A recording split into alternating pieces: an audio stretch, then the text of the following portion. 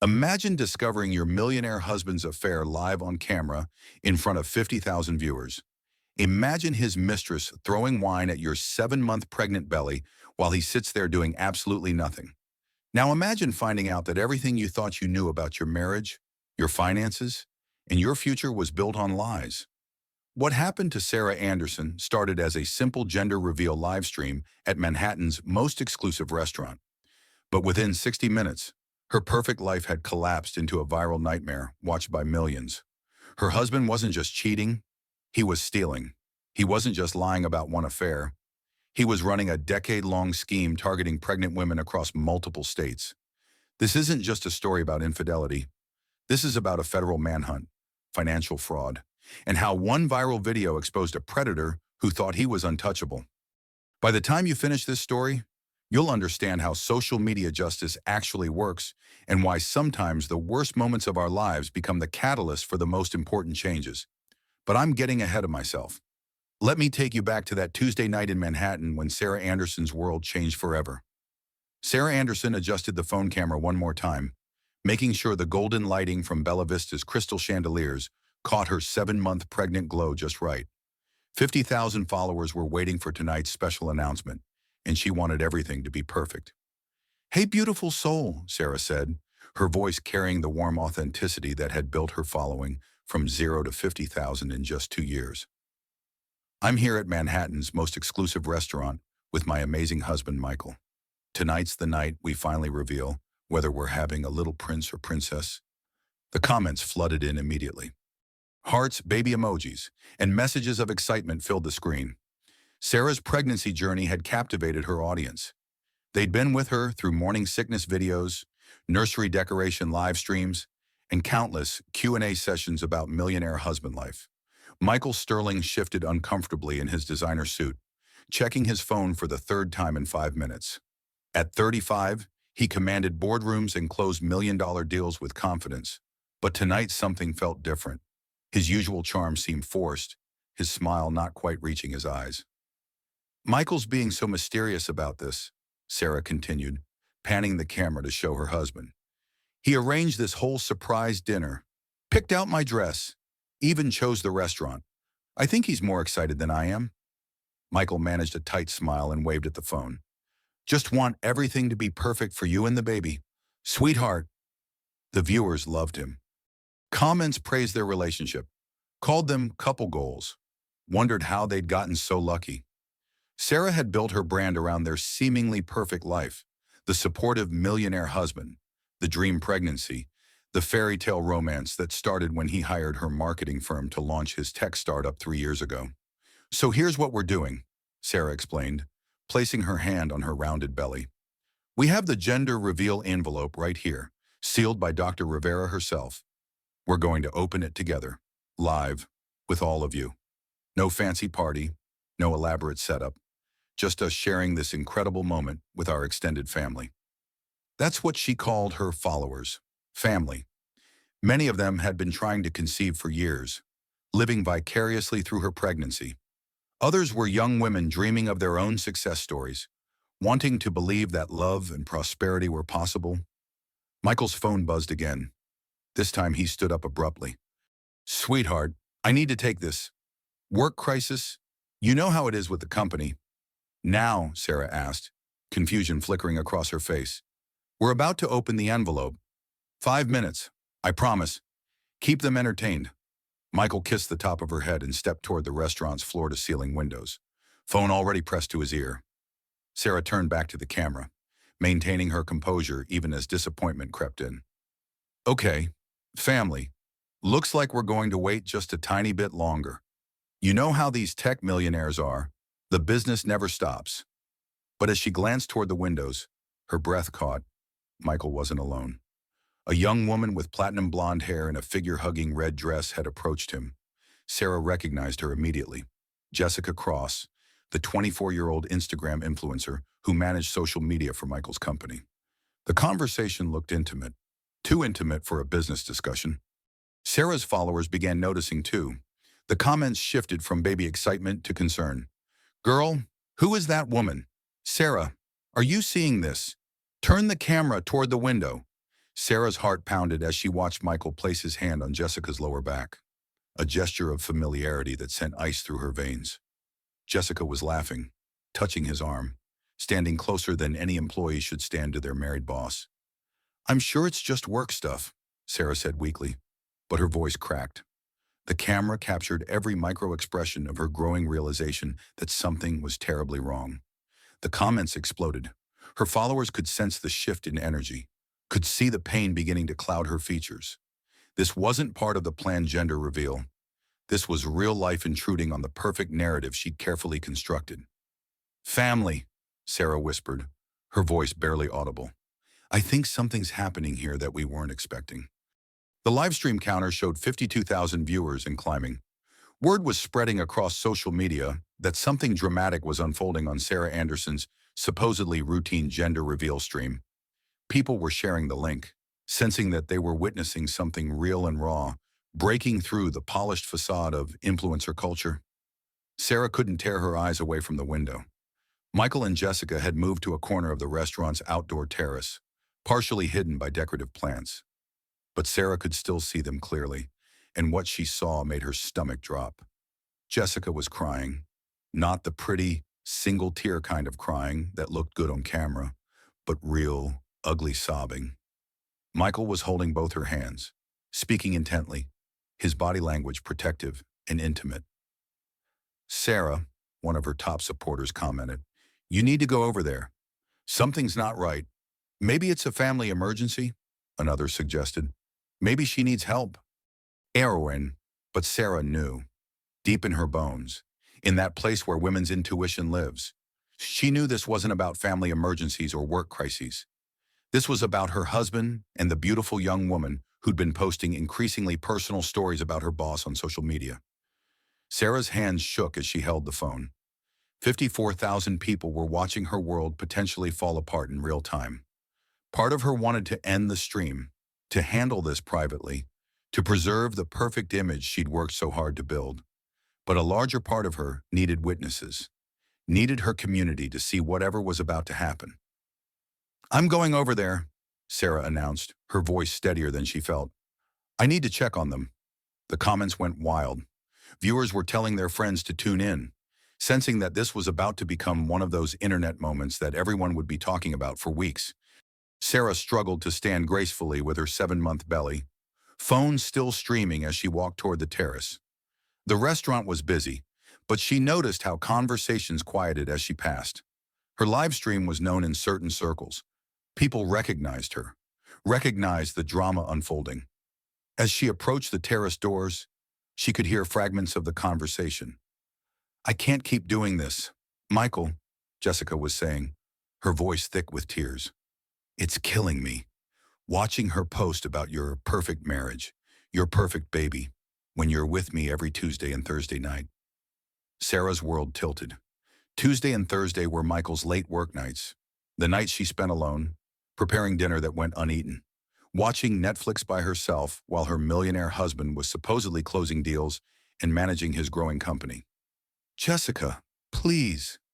Michael's voice was gentle, caring in a way that made Sarah's heart shatter.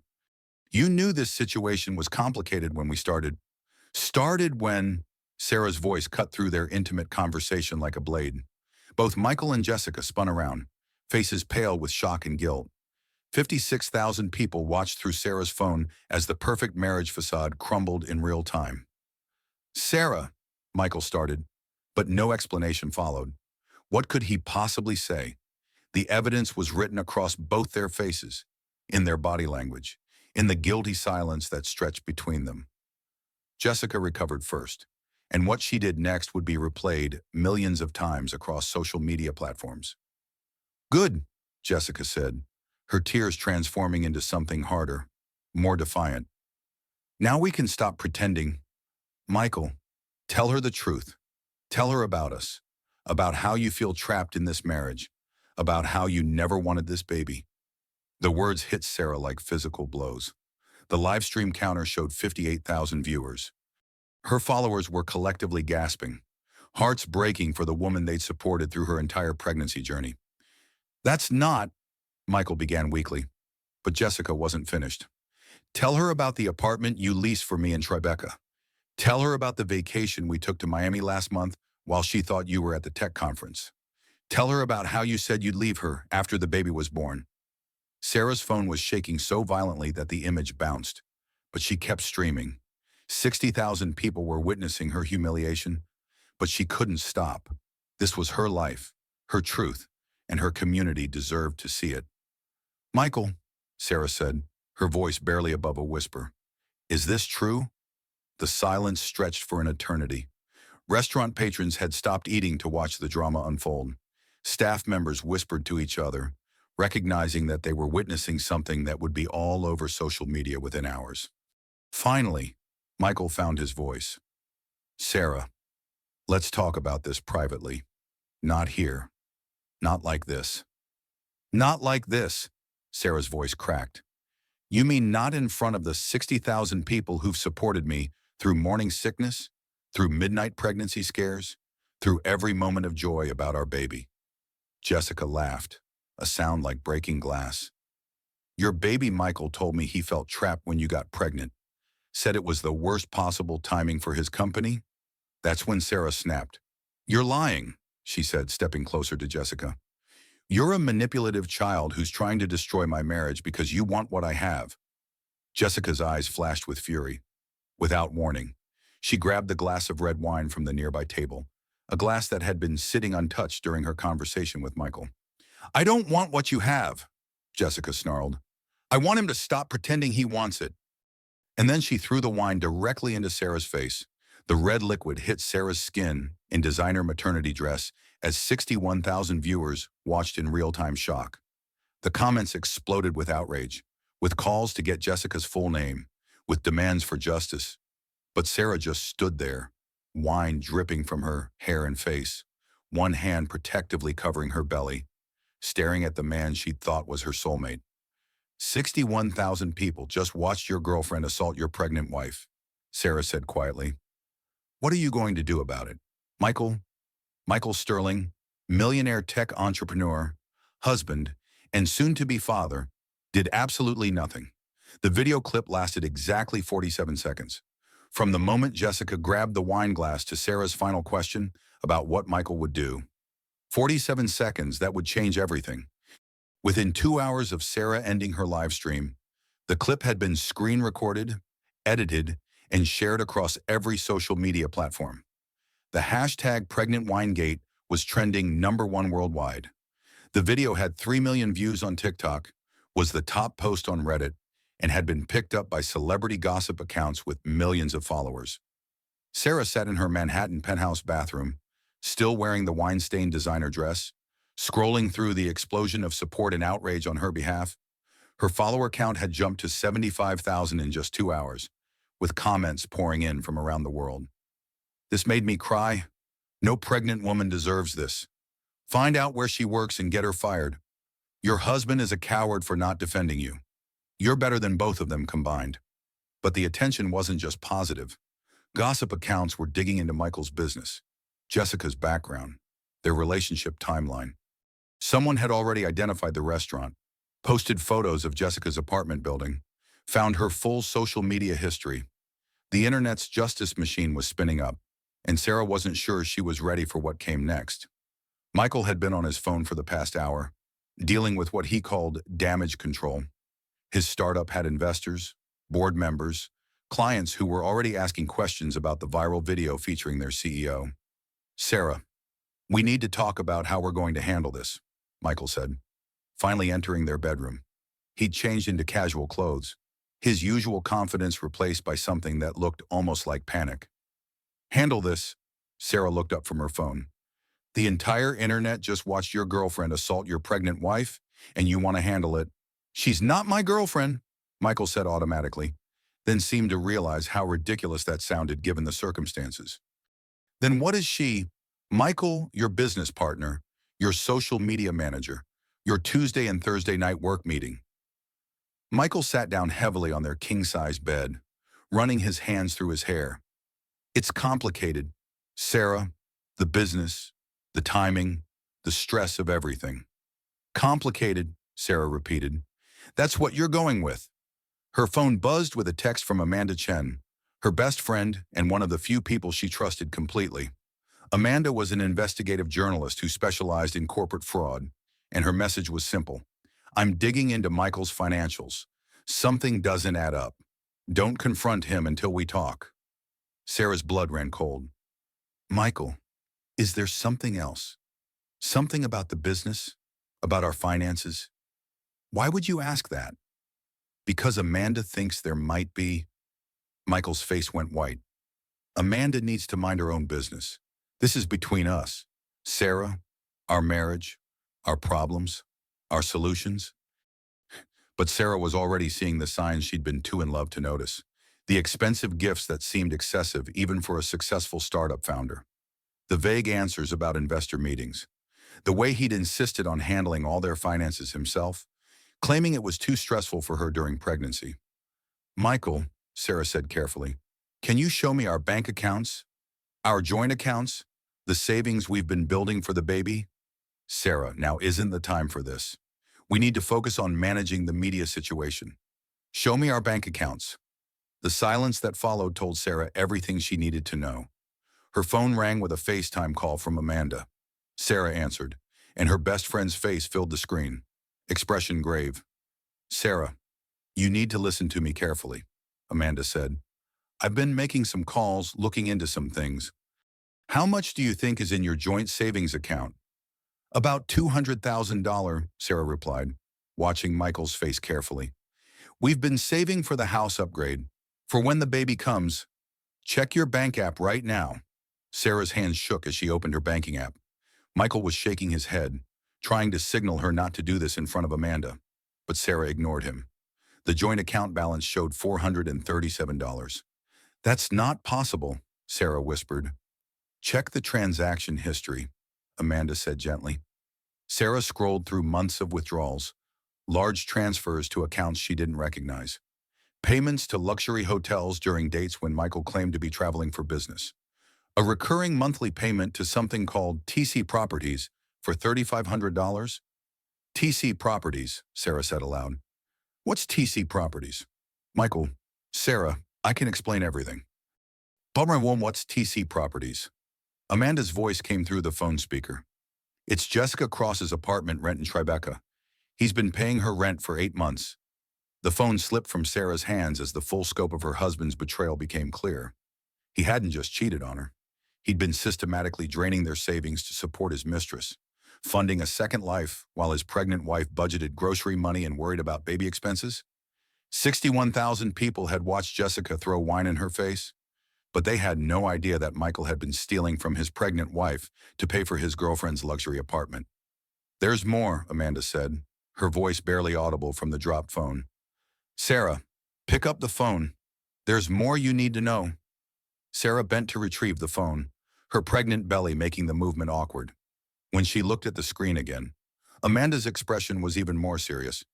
The house, Sarah. Check the mortgage account. What about the house? Just check it. Sarah navigated to their mortgage account, the penthouse they'd bought together 2 years ago when Michael's startup was thriving. The account showed a balance of 0. I don't understand, Sarah said. He took out a second mortgage without telling you, Amanda explained. Used the house as collateral for some kind of business loan. Sarah, if his company fails, you lose everything? The house, the savings, everything. Sarah looked at Michael, who was staring at the floor like a man who'd been caught in a lie too big to explain away. How much? She asked quietly. Sarah, let me explain the business situation first. How much did you borrow against our house without telling your pregnant wife? Michael's voice was barely a whisper. $800,000. The number hit Sarah like a physical blow. They'd put down $400,000 on the house, spent 2 years building equity. Michael had risked everything, their entire financial future, without even discussing it with her. And if the business fails, it won't fail. But if it does, Michael finally met her eyes. We'd lose the house. Sarah's world was collapsing in layers. First the infidelity, then the financial betrayal. Now the realization that her unborn daughter might not even have a home to come to. Her phone was buzzing constantly with notifications. The wine-throwing video had reached 5 million views. Wander Pregnant Winegate was trending in 6 countries, but none of those millions of viewers knew that the woman they were supporting had just discovered she was potentially homeless and bankrupt. "I need you to leave," Sarah said quietly. "Sarah, we can work through this. I need you to leave right now, and I need you to not come back until I figure out how to tell 65,000 people that my viral humiliation was just the beginning of my nightmare." Michael stood up slowly, grabbing a few items from his dresser. At the bedroom door, he paused. "For what it's worth, I never meant for any of this to happen. But it did happen," Sarah replied, "and now everyone gets to watch me figure out how to survive it." Judge David Anderson had been presiding over family court for 15 years, but he'd never seen a case quite like watching his own daughter's marriage dissolve in real time across social media. When his clerk showed him the viral video during a lunch break, David felt something he hadn't experienced since Sarah's mother died: helpless rage. Sarah had always been independent, sometimes stubbornly so. When she'd married Michael Sterling 3 years ago, David had done his due diligence: background checks, financial verification, character references. Everything had checked out. Michael appeared to be a successful entrepreneur, genuinely in love with David's daughter. But David had learned in 15 years on the bench that people could hide their true nature for years, only revealing it when they felt secure enough to let their mask slip. He was reviewing the wine-throwing video for the 4th time, noting details that most viewers would miss.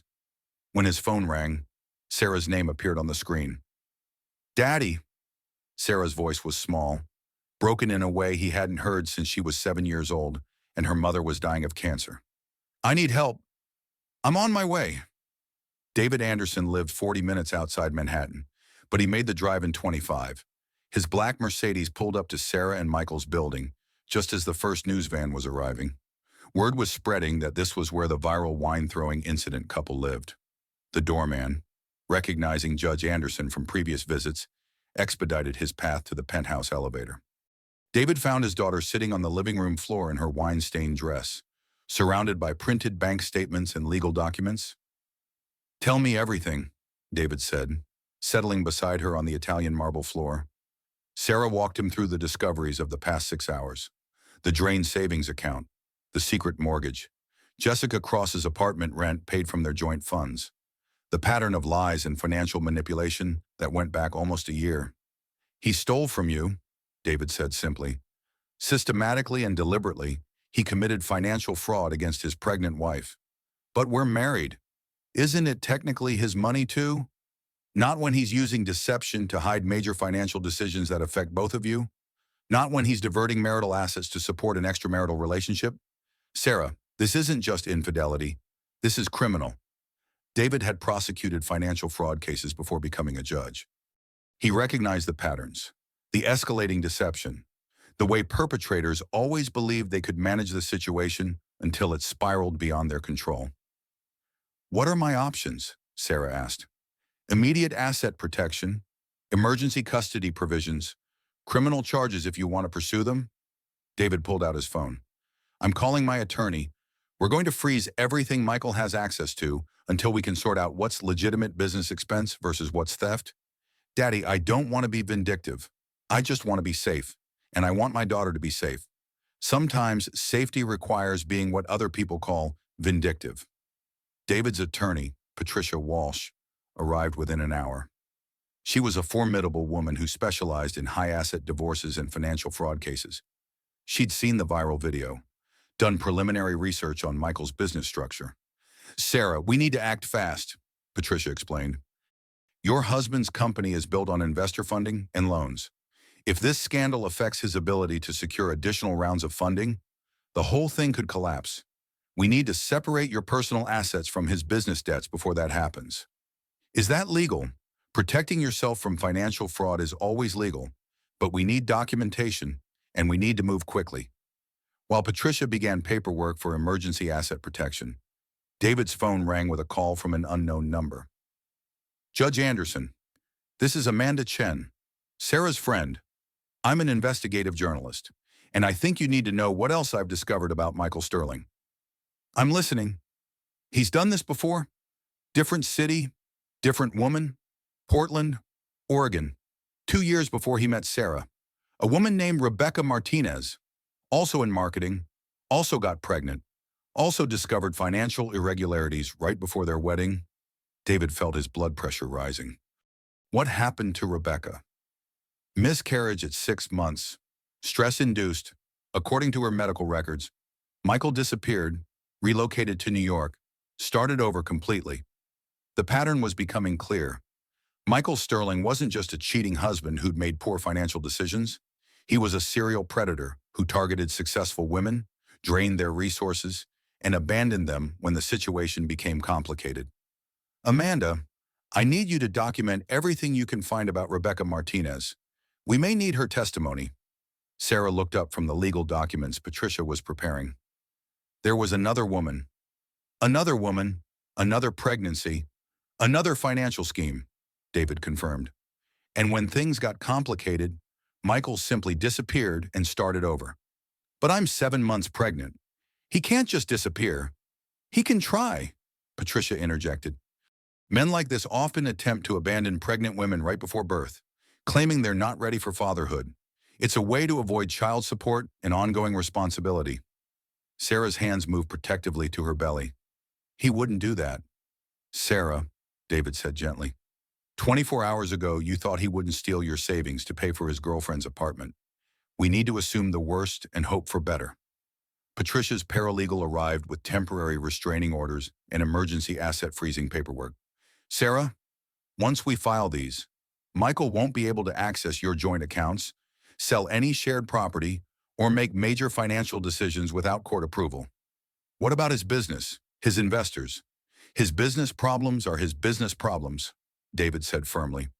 Your responsibility is to your daughter and your own financial security. Sarah's phone had been buzzing constantly with media requests, interview offers, and messages of support. The wine-throwing video was approaching 10 million views across all platforms. Sarah Anderson had become a reluctant symbol of financial abuse and pregnancy vulnerability. There's something else, Patricia said, reviewing her notes. Michael took out a life insurance policy on you 6 months ago. $500,000. With him as the sole beneficiary. The room went silent. That's not necessarily unusual for married couples, Patricia continued, but combined with the financial fraud and the pattern of behavior with previous partners, it raises questions. What kind of questions? Sarah asked, though she wasn't sure she wanted to know the answer. Questions about whether Michael views you as more valuable to him dead than divorced? David said bluntly. Sarah felt the baby kick strongly, as if responding to the tension in the room.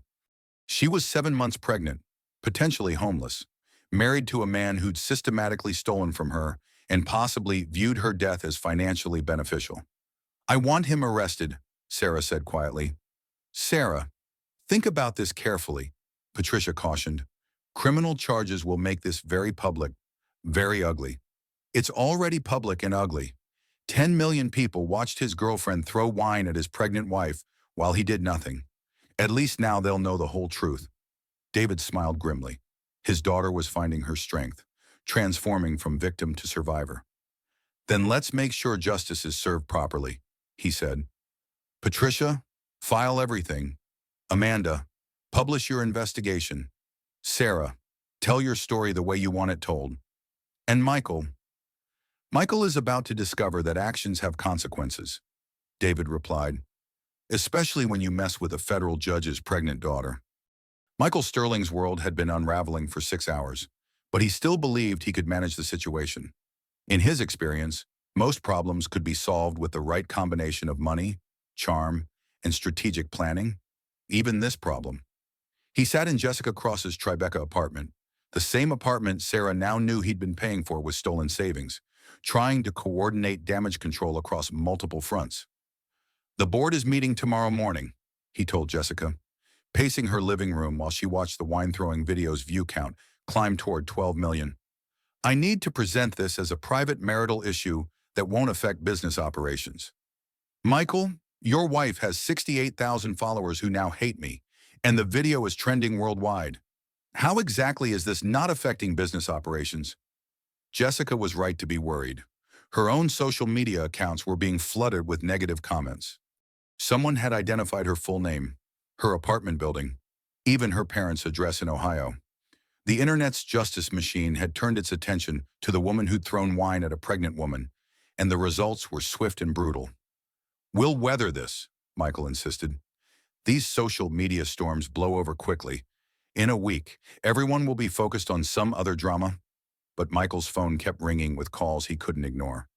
His lead investor, Richard Park, had been trying to reach him for 3 hours. "Michael, we need to talk immediately."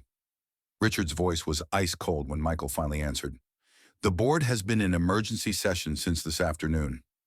"Richard, I understand there are concerns about the personal situation, but I want to assure you that this won't impact our Q4 targets or the Series B funding round." "Michael, your personal situation involves stealing money from your pregnant wife to pay for your girlfriend's apartment. How exactly does that not impact our assessment of your character and judgment?" The words hit Michael like a physical blow. Somehow Richard already knew about the financial details that Sarah had only discovered hours ago. "I don't know what you've been told, but there are always two sides to every story. The side I'm interested in is the side where our CEO has been using company credit cards to pay for personal expenses related to an extramarital affair. The side where our CEO took out an $800,000 loan against personal assets without disclosing the financial risk to company operations." Michael felt the walls closing in. His company credit card usage hadn't been technically illegal. Many startup CEOs used company funds for personal expenses that were later reconciled. But in light of the current scandal, every financial decision he'd made would be scrutinized and reframed. "Richard, let me explain the business rationale behind those decisions." "There is no business rationale for paying your girlfriend's rent." "Michael, there is no business rationale for using company funds to book hotel rooms for personal romantic getaways while your pregnant wife thinks you are at business conferences." Michael realized that someone had done extensive research into his financial history. Someone with access to detailed records and the expertise to trace money flows across multiple accounts. "Who's been looking into my finances?" "People with a lot more resources than you have." "Michael, your wife's father is a federal judge. Did you think he'd just sit back and watch his pregnant daughter get humiliated on viral video without taking action?" "Judge David Anderson." Michael had always been slightly intimidated by Sarah's father, but he'd assumed their relationship was cordial enough that personal matters would stay personal. "The board is voting tonight," Richard continued. "By tomorrow morning, you'll either be retained as CEO with significant oversight and restrictions, or you'll be removed entirely. You can't remove me. I built this company from nothing. You built this company with investor money. Michael, investor money that you've been misusing to fund your personal life. We absolutely can remove you, and we're prepared to do so." Michael hung up and stared at Jessica, who'd been listening to the entire conversation. "They're going to fire you, aren't they?" Jessica asked. "They're going to try." "Michael, maybe we should think about damage control. Maybe I should issue some kind of apology. Say the wine throwing was a moment of poor judgment." "No," Michael said firmly.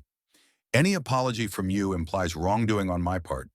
We stick to the story that this is a private marital matter blown out of proportion by social media." But even as he said it, Michael knew the story was slipping away from his control. Sarah had the sympathy of millions of viewers, the support of her powerful father, and apparently access to financial information that could destroy him. His phone buzzed with a text from an unknown number. "Michael, this is Amanda Chen, Sarah's friend. We need to talk immediately. I think you'll want to see what I've discovered about your history before it goes public." Michael's blood ran cold.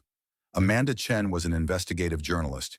If she'd been digging into his background, she might have found Rebecca Martinez.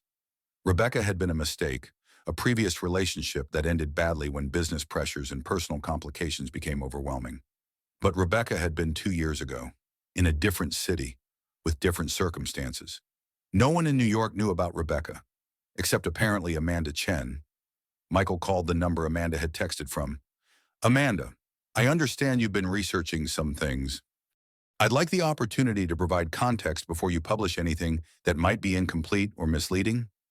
"Michael, let's cut through the pretense. I know about Rebecca Martinez. I know about the pregnancy, the financial irregularities, the sudden disappearance when things got complicated. I know you've done this before." Michael's worst fears were being confirmed. Rebecca was a completely different situation. Different how different because she miscarried from stress before she could expose your financial fraud. Different because she didn't have a viral video to document your character. I never intended for anyone to get hurt, but people did get hurt. Michael, Rebecca lost her baby and her financial security. Now Sarah's at risk of losing everything too. Unless you think the pattern is just coincidence. Michael realized he was trapped. Amanda had evidence of a pattern of behavior that would destroy any remaining credibility he had with investors, business partners, or even his own family. What do you want? I want you to do the right thing. Come clean about the financial fraud. Make restitution to Sarah for the money you've stolen. Take responsibility for your actions. And if I don't, then tomorrow morning, the entire internet gets to learn about Rebecca Martinez and your pattern of targeting successful women, getting them pregnant, stealing their money, and abandoning them when the situation becomes inconvenient. Michael hung up and looked at Jessica, who was staring at her phone with a horrified expression. Michael, someone just posted my full address on Twitter, along with photos of me arriving at this building. There are people outside. Michael moved to the window and looked down at the street. A small crowd had gathered on the sidewalk, holding phones, taking pictures of the building entrance. Someone was live streaming from the sidewalk, narrating Jessica's building security and speculating about which apartment was hers. We need to leave, Jessica said, panic creeping into her voice. Where would we go? I don't know, but we can't stay here. Michael's phone rang with another call from Richard Park. Michael, the board voted. You're out. Effective immediately. Security will escort you from the building tomorrow morning to collect your personal items. You can't do this without cause. We have cause. Misuse of company funds, undisclosed financial conflicts of interest, and conduct detrimental to company reputation. Our legal team says it's airtight. Michael felt the last piece of his carefully constructed life slip away. No job, no income. $800,000 in debt secured by a house that was half owned by a wife who now hated him. There's more, Richard continued. We're conducting a full audit of company finances. If we find evidence of criminal activity, we'll be turning it over to authorities. Richard, please, I built this company. It's my life's work. Your life's work was built on other people's money. Michael, money you've been stealing to fund affairs while your pregnant wife budgeted grocery expenses. The call ended, leaving Michael alone with Jessica in an apartment he could no longer afford, surrounded by people who wanted to see him destroyed, facing financial and criminal consequences he'd never imagined possible. Michael, Jessica said quietly, I think I'm pregnant. The words hit him like a physical blow, history repeating itself in the worst possible way. How is that possible? You said you were on birth control. Birth control isn't 100% effective. Michael stared at the woman he'd been having an affair with, the woman who'd just potentially given him a second unborn child while his first unborn child's mother was discovering the scope of his financial betrayal. Jessica, the timing of this couldn't be worse. For you or for me? Michael looked out the window at the crowd of people documenting his life's collapse in real time, then at Jessica, who was carrying what might be his child, then at his phone, which was buzzing with more calls from lawyers, reporters, and financial institutions. For everyone, he said quietly. This is going to be bad for everyone. At 2 a.m, Sarah Anderson sat in her father's study, surrounded by legal documents and printouts of social media coverage, when her phone rang with a call that would complete her emotional destruction. The caller ID showed Jessica Cross's number. Sarah, I need to tell you something. Jessica's voice was small, scared, nothing like the confident woman who'd thrown wine 12 hours earlier. Something Michael doesn't know I'm calling about. I don't want to talk to you. Please, just listen. I'm not calling to apologize or make excuses. I'm calling because you deserve to know the truth before you make decisions about your future. Against her better judgment, Sarah stayed on the line. I'm pregnant too. The words hit Sarah like a physical blow. She'd been mentally preparing for financial ruin, public humiliation, even criminal charges against her husband. But somehow, she hadn't prepared for this. How long have you known? I found out 3 days ago. Michael doesn't know yet. Sarah felt something break inside her chest, some last vestige of hope that her marriage might somehow be salvaged. 3 days ago, Sarah repeated. You knew you might be pregnant when you threw wine at me. I was angry. I was scared. I thought if I could just force him to choose, to finally leave you, then maybe we could figure things out together. By assaulting his pregnant wife, by making him stop living a lie. Sarah looked around her father's study, at the law books and legal precedents that had governed his career, and realized that there was no precedent for this situation. No legal framework for discovering that your millionaire husband had not only stolen your savings and risked your home to fund an affair, but had also potentially impregnated his mistress. Jessica, why are you calling me? What do you want? I want you to know that I understand now. What Michael did to you, what he did to us both. He promised me that your marriage was over, that you were staying together just for convenience and the baby. He said you didn't love each other anymore. And you believed him. I wanted to believe him. I'm 24. Sarah, I thought I was in love with a successful older man who was going to leave his loveless marriage for me. I know how that sounds now. Sarah's exhaustion was overwhelming. She'd been processing betrayals for 12 hours straight, and now there was another layer, another complication that made everything infinitely worse. Jessica, I can't do this. I can't be your therapist or your confessor. I'm 7 months pregnant, and I just discovered that my entire life is built on lies. There's more you need to know. More. About Rebecca Martinez. Sarah had heard the name from Amanda's investigation, but the details were still unclear. Michael got Rebecca pregnant too, 2 years ago, in Portland. She was a marketing executive, just like you were. He used the same playbook, the supportive boyfriend, the promises of a future together, the gradual financial integration. What happened to her? She lost the baby at 6 months. Stress-induced complications. Michael disappeared 2 weeks later, moved to New York, started completely over. Sarah felt dizzy. He's done this before. Exactly this. Rebecca tried to pursue legal action, but Michael had been careful to structure everything in ways that were technically legal. She couldn't prove fraud, couldn't prove deliberate abandonment. He just vanished. And you think he's planning to do the same thing now. I think Michael always has an exit strategy. I think he keeps women in compartments, managing multiple relationships until one becomes too complicated. Then he moves on to the next city, the next opportunity. Sarah realized that Jessica was right. Michael's behavior wasn't the impulsive actions of a man having a midlife crisis. It was a pattern, a systematic approach to using women for financial and emotional support while maintaining the flexibility to disappear when situations became inconvenient. Jessica, if you're pregnant, you need to protect yourself. Get your own lawyer. Document everything. Make sure you're not left with nothing like Rebecca was. I don't want his money, Sarah. I just want to do the right thing. The right thing is making sure 2 children aren't left without support because their father is a sociopath. Sarah hung up the phone and stared at the wall of legal books, feeling more alone than she'd ever felt in her life. Her husband was a serial predator who targeted successful women, drained their resources, and abandoned them when pregnancy made situations complicated. She was 7 months pregnant with potentially no financial security, no home equity, and no idea whether Michael would simply disappear like he had with Rebecca. But worse than all of that was the realization that her daughter would grow up knowing that her father had abandoned not just one pregnant woman, but potentially 3. Sarah's father appeared in the study doorway, having heard the phone conversation. How much of that did you hear? Sarah asked.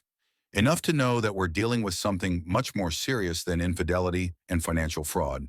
Daddy, what if he just leaves? What if he takes whatever money he can access and disappears like he did with Rebecca? Then we track him down and make sure he faces consequences for his actions. But what if we can't? What if he's already planned his exit strategy? Judge Anderson sat down beside his daughter, looking every one of his 60 years. Sarah, I've seen a lot of predators in my courtroom. The sophisticated ones, the ones who think they're smarter than the system, they all make the same mistake eventually. What mistake? They underestimate their victims. They assume that because they've gotten away with something before, they'll keep getting away with it. But every time they repeat their pattern, they leave more evidence, create more witnesses, make more enemies. You think Michael's made that mistake? I think Michael has no idea who he's dealing with. He married the daughter of a federal judge. He stole money that can be traced. He created a viral video that millions of people have seen. And now he's facing two pregnant women who have every reason to make sure he's held accountable. Sarah's phone buzzed with a text from Amanda. Sarah, I need you to see something. Michael's company just filed for bankruptcy. Emergency filing 2 hours ago. The final piece of Michael's exit strategy was falling into place. File for bankruptcy to eliminate business debts, liquidate whatever assets he could access, and disappear before creditors or family court could freeze his finances. He's running, Sarah said quietly. Then we better make sure he doesn't get far. Judge Anderson reached for his phone and began making calls that would wake up lawyers, financial investigators, and law enforcement contacts across multiple jurisdictions. David Anderson here. I need emergency asset freezing orders, and I need them tonight. My daughter's husband is attempting to flee jurisdiction while she's 7 months pregnant and facing financial fraud charges. Sarah listened to her father coordinate a legal response that would span multiple states and potentially federal jurisdiction, and realized that Michael Sterling had made a crucial miscalculation. He'd assumed that pregnant women were vulnerable, isolated, easy to abandon. He'd never encountered a pregnant woman whose father was a federal judge with 30 years of law enforcement contacts and an absolute dedication to protecting his family. Daddy, Sarah said as he finished his calls, what happens now? Now we make sure Michael Sterling learns that there are consequences for his choices, and we make sure your daughter grows up knowing that her family fought for her before she was even born. By 6 a.m, Michael Sterling had vanished. The doorman at Jessica Cross's Tribeca building reported that Michael had left through the service entrance at 4:30 a.m., carrying 2 large suitcases and avoiding the crowd of onlookers still gathered on the street.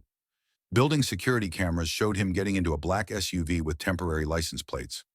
Judge David Anderson had been awake all night, coordinating with law enforcement contacts across 3 states and the Federal Financial Crimes Division. What had started as a family crisis was rapidly becoming a multi-jurisdictional manhunt. He withdrew $47,000 from various ATMs across the city between midnight and 4 a.m. FBI Special Agent Maria Santos reported to the emergency task force that had assembled in Judge Anderson's study. Used multiple credit cards that are now flagged, but he got enough cash to fund several weeks of travel. Any indication of destination? Asked Detective Ray Murphy from the NYPD Financial Crimes Unit. Flight records show Michael Sterling purchased a ticket to Denver under his own name, departing this morning at 8:15, but he never showed up for the flight. Sarah sat in the corner of her father's study, feeling like she was watching a movie about someone else's life. 12 hours ago, she'd been planning a gender reveal livestream. Now she was the center of a multi-state manhunt for a husband she was beginning to understand she'd never really known. Amanda Chen arrived with her laptop and a stack of printed documents. I've been in contact with Rebecca Martinez, Amanda announced to the room. She's agreed to provide testimony about Michael's pattern of behavior, but she also gave me information about his escape methodology. Escape methodology? Agent Santos asked. Michael doesn't just disappear randomly. He creates new identities, establishes credit histories, builds financial networks in different cities months before he needs them. Amanda opened her laptop and displayed a complex web of connections across multiple states. Rebecca helped me trace some of his financial footprints, shell companies in 3 different states, bank accounts established under variations of his name, even property rentals paid months in advance. You think he's been planning this for months? Sarah asked. I think Michael has been planning this since the day he married you, Amanda replied grimly. The second mortgage on your house, the business loan structure, even the timing of Jessica's pregnancy, it's all designed to create maximum chaos while he extracts maximum resources and disappears. Judge Anderson studied the financial web Amanda had uncovered. Show me the property rentals. Amanda highlighted 3 locations: a cabin in Colorado, an apartment in Austin, and a house in Portland, the same city where Rebecca Martinez lived. He's going back to Portland, Detective Murphy concluded. Familiar territory, existing infrastructure. And Rebecca, Sarah added quietly. He's going back to the scene of his previous crime. Agent Santos was coordinating with federal marshals in Oregon while local law enforcement prepared to execute search warrants on Michael's known properties. But Sarah's phone rang with a call that would change the entire direction of the investigation. Sarah, this is Jessica. I know you probably don't want to talk to me, But Michael just called. Sarah put the phone on speaker so the law enforcement team could hear. What did he say? He wants me to meet him in Portland. He says he has a plan to fix everything, that we can start over, that the baby changes everything. Did you agree to meet him? I told him I needed time to think about it. But Sarah, I think he's planning something. He didn't sound like the Michael I knew. He sounded desperate, dangerous. Agent Santos leaned forward. Jessica, this is FBI Special Agent Maria Santos. We need you to call Michael back and arrange to meet him. Can you do that? You want me to be bait? We want to catch him before he disappears completely and leaves two pregnant women with no financial support and no legal recourse. Sarah looked at Jessica's number on her phone screen and made a decision that surprised everyone in the room, including herself. Jessica, I'll go with you. Absolutely not, Judge Anderson said immediately. Sarah, you're 7 months pregnant, Agent Santos added. This is not a situation for civilians. Michael doesn't know that Jessica called me. He doesn't know we're cooperating. If Jessica shows up alone, he might suspect a trap. But if we both show up, if he thinks we're fighting over him, he'll believe it. Detective Murphy was shaking his head. Too dangerous. This is my life, Sarah said firmly. My marriage, my money, my daughter's future. I'm not sitting in my father's study while other people decide how this ends. Amanda was nodding slowly. It actually makes sense. Michael's ego won't let him believe that Sarah and Jessica could work together. He'll think Jessica betrayed Sarah by calling him, and Sarah tracked her down to confront them both. The psychological profile fits, Agent Santos admitted reluctantly. Men like Michael assume women will compete for their attention rather than cooperate against them. Judge Anderson looked at his daughter with the expression of a man torn between protecting his child and respecting her autonomy. Sarah, if we do this, you're surrounded by federal agents, local law enforcement, and more surveillance than a presidential visit. You don't get within 50 yards of Michael without backup. I understand. And if anything goes wrong, anything at all, you follow law enforcement instructions without question. I understand. Sarah looked around the room at the lawyers, agents, and detectives who'd assembled to help her, and realized that she was about to do something that would either bring Michael Sterling to justice or put her and her unborn daughter in mortal danger. Jessica, Sarah said into the phone, call him back. Tell him you want to meet in Portland, but that I found out about the call and I'm coming too. Tell him I'm furious and I want answers. What if he doesn't buy it? He'll buy it, Amanda said confidently, because it fits his narrative that women are irrational and emotional. He'll think he can manipulate the situation to his advantage. And that's when we get him, Agent Santos added. Sarah placed her hand on her 7-month pregnant belly and felt her daughter moving restlessly, as if sensing the tension and fear surrounding her impending birth. I'm sorry, baby girl, Sarah whispered. But we need to make sure your daddy faces the consequences of his choices before you arrive. You deserve better than what he's offering. The manhunt for Michael Sterling was about to become a confrontation between a sociopathic predator and the two pregnant women whose lives he tried to destroy. And Sarah Anderson was determined to make sure only one side walked away victorious. The abandoned warehouse in Portland's industrial district had been Michael Sterling's choice for the meeting location. Remote enough to avoid crowds, familiar enough that he knew all the exits, and dramatic enough to appeal to his sense of controlling the narrative. What Michael didn't know was that the warehouse was surrounded by FBI agents, local law enforcement, and surveillance equipment that could track his movements from 3 blocks away. Sarah Anderson sat in an unmarked van 200 yards from the warehouse, watching live video feeds while FBI technicians adjusted the wire she wore beneath her maternity dress. 7 months pregnant, wearing surveillance equipment, and preparing to confront the man who'd systematically destroyed her life. It wasn't how she'd imagined spending her Tuesday afternoon. Remember, Agent Santos said for the 4th time, your job is to keep him talking while we get into position. Don't try to be heroic. Don't try to get confessions on tape. Just keep him engaged until we can make the arrest. Jessica Cross sat beside Sarah in the van, looking pale and scared. The 24-year-old Instagram influencer who'd started this whole situation by throwing wine at a pregnant woman now found herself cooperating with federal agents to capture the man she'd thought she was in love with. I still can't believe he's done this before, Jessica said quietly. Rebecca, me. You! How many other women are there? Amanda Chen looked up from her laptop where she'd been coordinating with law enforcement databases across multiple states. At least 6 that I can document, Amanda replied grimly. Different cities, different names, same pattern. Find successful women, get them pregnant, drain their resources, disappear when the situation becomes complicated. 6 women, Sarah repeated.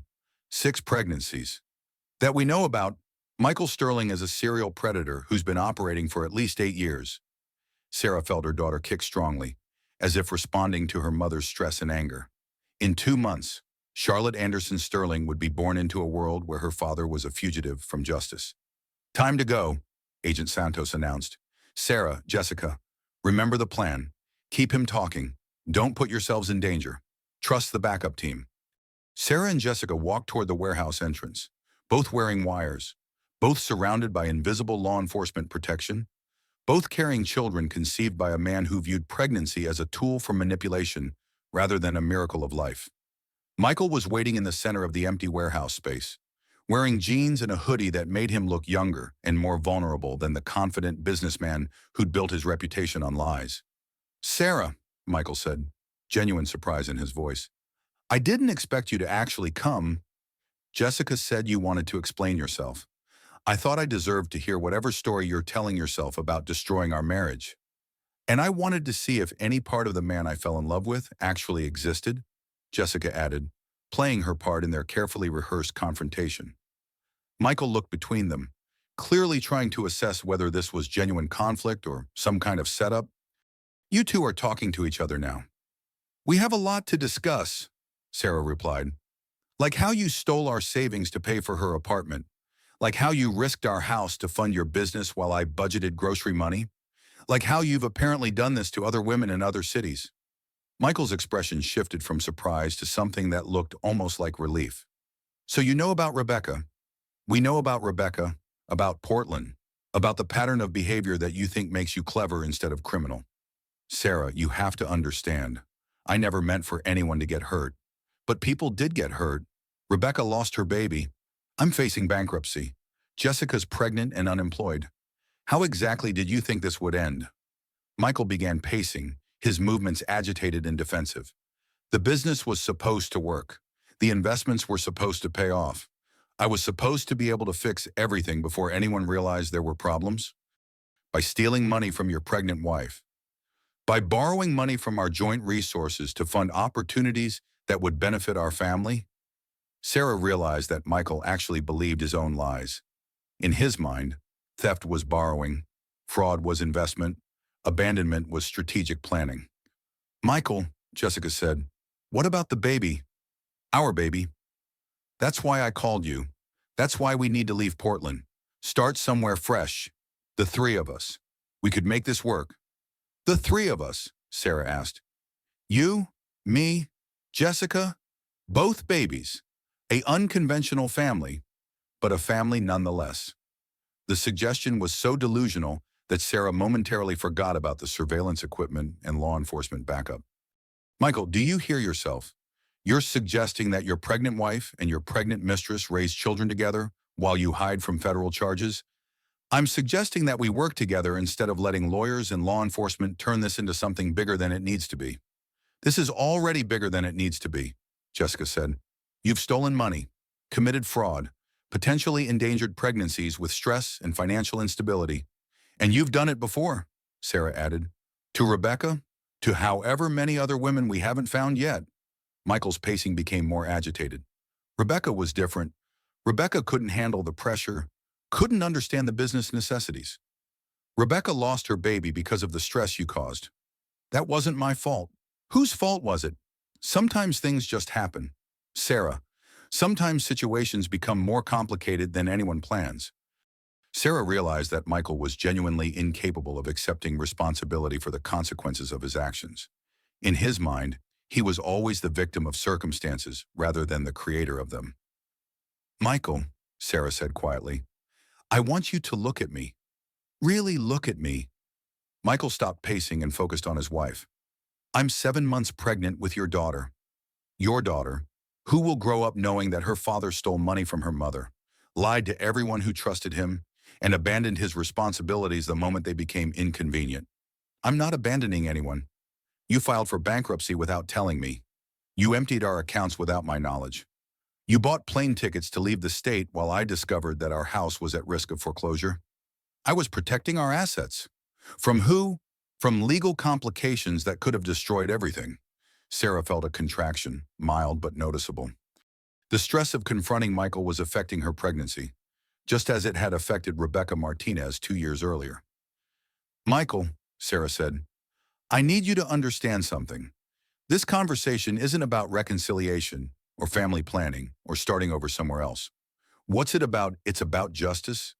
That's when FBI agents emerged from concealment positions throughout the warehouse, surrounding Michael Sterling with weapons drawn and arrest warrants ready. Michael Sterling, Agent Santos called out, you're under arrest for financial fraud, identity theft, and flight to avoid prosecution. Michael looked around at the law enforcement officers, then at Sarah and Jessica, finally understanding that he'd been trapped. You set me up, he said to Sarah. We stopped you, Sarah corrected, from doing to other women what you did to us. As federal agents handcuffed Michael Sterling and read him his rights, Sarah felt another contraction and realized that the confrontation with her criminal husband had potentially triggered early labor. Agent Santos, Sarah called out, I think I need to get to a hospital. The manhunt was over, but Sarah Anderson's most important battle was just beginning. Portland General Hospital's maternity ward had never hosted a federal prisoner transfer. But at 3 in the morning on Wednesday, that's exactly what was happening in room 407. Sarah Anderson was in active labor, 2 weeks earlier than expected, while federal marshals maintained custody of Michael Sterling in the adjacent room where he was receiving treatment for injuries sustained during his arrest attempt to escape. This is the most surreal situation I've ever worked, muttered Dr.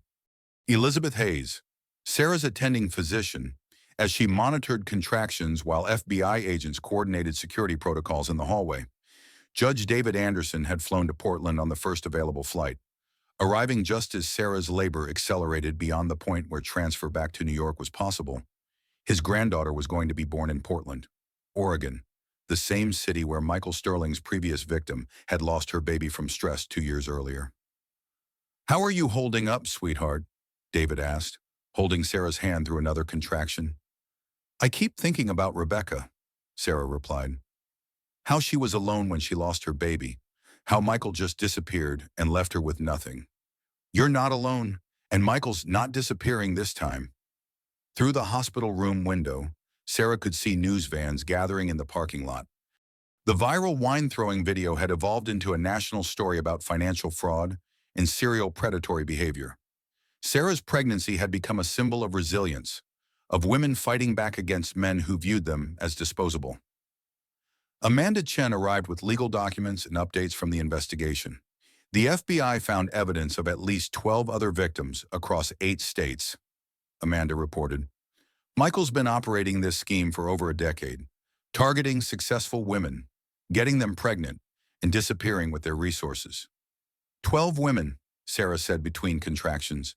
12 pregnancies. 8 miscarriages, Amanda added grimly.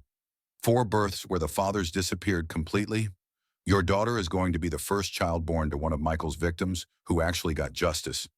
Dr. Hayes checked Sarah's progress and announced that delivery was imminent. Sarah, your daughter's ready to meet the world. Are you ready to meet her? Sarah looked around the hospital room at her father, her best friend, the federal agents providing security, and realized that Charlotte Anderson Sterling was going to be born into the most unusual circumstances imaginable. But she was going to be born free from the lies and financial manipulation that had defined her parents' marriage. I'm ready. Charlotte Anderson Sterling was born at 4:17 a.m., weighing 6 pounds and 3 ounces, with perfect fingers, perfect toes, and her grandfather's determined chin. As Dr. Hayes placed the tiny baby on Sarah's chest, federal marshals were processing Michael Sterling's arraignment papers in the next room, ensuring that he would face justice for the crimes that had nearly destroyed his daughter's future. Hello, beautiful girl, Sarah whispered to her newborn daughter. You have no idea how many people fought to make sure you'd be born into a world where actions have consequences. Judge Anderson leaned over his granddaughter with tears in his eyes. She's perfect. Sarah, absolutely perfect. And safe, Sarah added. She's safe from everything her father represents. A soft knock on the door interrupted the family moment. Jessica Cross stood in the doorway, looking exhausted but determined. Sarah, I wanted to ask if I could meet her. If that's okay. Sarah looked at the young woman who'd thrown wine at her just 72 hours earlier, who'd helped expose Michael's crimes, who was carrying what might be Charlotte's half-sibling. Come in, Jessica. Jessica approached the bed carefully, looking down at the newborn baby with wonder. She's beautiful. Jessica, what are you going to do about your pregnancy? About everything? I'm keeping the baby, Jessica said firmly, and I'm testifying against Michael at his trial. I want to make sure he can't do this to anyone else. What about financial support? The FBI says they've recovered about 60% of the money Michael stole from various victims. It's not everything, but it's enough to start over. Sarah looked at Jessica and realized that they were both victims of the same predator. Both pregnant women who'd been manipulated and abandoned by a man who viewed children as tools for control rather than human beings deserving protection. Jessica, would you like to hold her? Are you sure? I'm sure. Jessica carefully took Charlotte in her arms, and Sarah saw something shift in the young woman's expression. The Instagram influencer who'd built her identity around getting attention from older men was looking at an innocent baby and understanding, perhaps for the first time, what unconditional love actually meant. I'm sorry, Jessica whispered, though Sarah wasn't sure if she was apologizing to Charlotte or to her. We're all going to be okay, Sarah replied. All of us. Our children are going to grow up knowing that women protect each other, that families come in different forms, and that justice is possible even when it seems impossible. Amanda appeared in the doorway with her laptop and a breaking news alert. Sarah, you need to see this. The news report showed Michael Sterling being transferred from the hospital to federal custody, but more importantly, it showed the FBI's press conference announcing the scope of their investigation. This case represents one of the most extensive patterns of financial and emotional abuse targeting pregnant women that federal authorities have ever prosecuted. FBI Special Agent Maria Santos announced to the media, the victim cooperation and evidence gathering in this case will serve as a model for similar investigations nationwide. Sarah looked down at her daughter, who was sleeping peacefully in Jessica's arms, completely unaware that she'd been born into the middle of a federal criminal case that would reshape how law enforcement handles financial abuse of pregnant women. Charlotte, Sarah said quietly, your first day of life, you helped change the world. Not bad for someone who's only 6 hours old. Judge Anderson smiled at his daughter and granddaughter, thinking about how sometimes the worst moments in life created the foundation for the most important changes. Sarah Anderson had gone from viral humiliation to federal witness to new mother in less than 72 hours. But more importantly, she'd gone from victim to survivor to someone who would ensure that other women didn't have to face what she'd faced alone. Charlotte Anderson Sterling was going to grow up in a world where her mother had fought for justice and won. The Manhattan courthouse was packed with reporters, federal prosecutors, and representatives from 12 different states as United States v. Michael Sterling concluded its final day of testimony.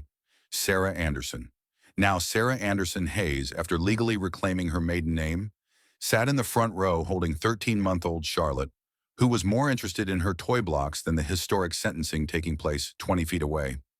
Judge Patricia Morrison, who had been specially assigned to handle the complex multi-state fraud case, reviewed the evidence that had taken federal investigators 8 months to fully document. Mr. Sterling, Judge Morrison addressed the defendant, in 30 years on the federal bench, I have never seen a case involving such systematic, calculated abuse of trust, targeting vulnerable women. Michael Sterling, dressed in an orange jumpsuit and looking 20 years older than he had during his wine-throwing viral video appearance, stood motionless as the judge continued.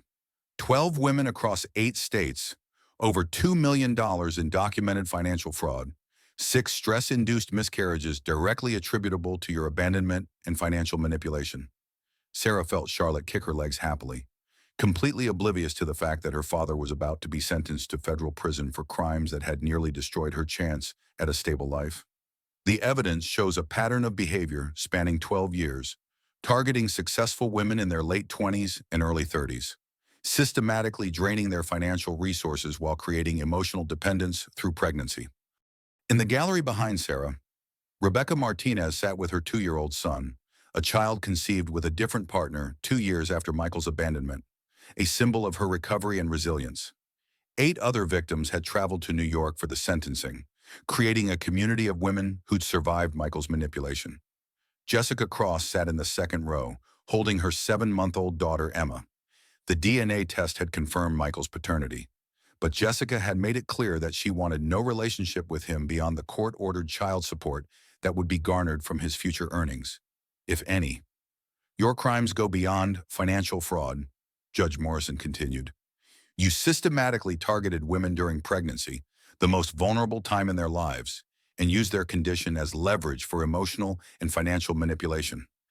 Amanda Chen, who'd won a Pulitzer Prize for her investigative series on Michael's crimes, sat with her laptop documenting every word of the sentencing for her upcoming book about the case.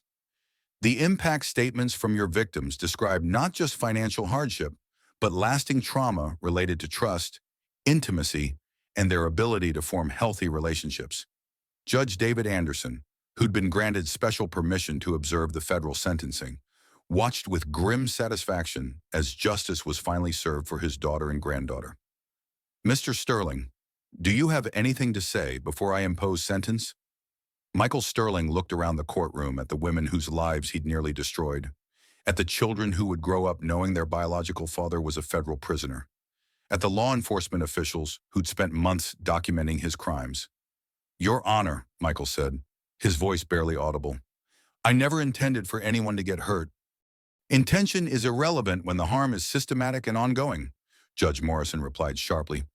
You made conscious choices for over a decade to target vulnerable women and exploit their trust. Sarah felt Charlotte reach for her necklace, a gift from her father engraved with the date of Michael's arrest, the day her daughter was born and justice began. Michael Sterling, you are hereby sentenced to 15 years in federal prison, followed by 5 years supervised probation. You will pay restitution in the amount of $2.3 million to be distributed among your victims according to documented losses. The gallery erupted in quiet applause from the victims and their families. 15 years wasn't enough to undo the damage Michael had caused, but it was enough to ensure that he couldn't victimize other women during his prime predatory years. Additionally, Judge Morrison continued, you are prohibited from accessing social media, dating applications, or investment platforms during your probation period. Any future romantic relationships must be disclosed to your probation officer, and you are required to inform potential partners of your criminal history. Sarah looked down at Charlotte, who was babbling happily and trying to grab the courtroom's ceiling lights, completely unaware that her future had just been secured by the justice system. As federal marshals led Michael Sterling away to begin his 15-year sentence, Sarah felt closure she hadn't expected. The viral video that had humiliated her 18 months earlier had ultimately led to justice for 12 women and protection for countless others who might have become Michael's future targets. Outside the courthouse, Sarah faced a crowd of reporters and cameras, holding Charlotte while Amanda and Jessica flanked her for moral support. Mrs. Anderson Hayes, called a reporter from CNN. What would you say to other women who might be in similar situations? Sarah looked at the cameras, thinking about the millions of people who'd watched her humiliation go viral, who'd followed her story through federal investigation, manhunt, and trial. I'd say that viral moments can become justice moments, Sarah replied. That public accountability works when people refuse to let predators hide behind wealth and social status. What's next for you and Charlotte? Sarah smiled, bouncing her daughter gently. Charlotte and I are moving back to my father's house while I finish law school. I'm planning to specialize in family law, specifically financial abuse cases. Any message for Michael Sterling? Sarah considered the question carefully, looking at Charlotte, who was reaching toward the cameras with curious fingers. I hope that someday he understands the damage he caused, not just financially but emotionally. These children deserve better than what he offered. As the press conference concluded, Sarah walked away from the Manhattan courthouse, carrying her daughter toward a future built on truth instead of lies, financial security instead of theft, and justice instead of abandonment.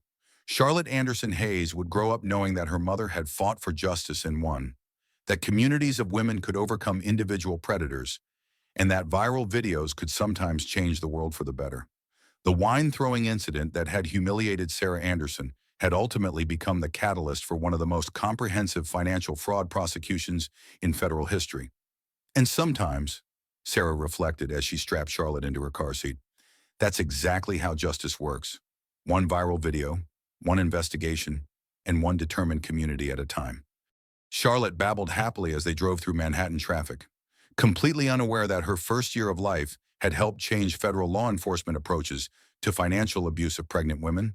But she would know someday, and she would understand that her mother had made sure that other children wouldn't grow up with fathers who viewed pregnancy as weakness to exploit rather than life to protect. The story that began with humiliation had ended with justice, and Charlotte Anderson Hayes would grow up in a world made safer by her mother's courage to turn viral shame into viral change.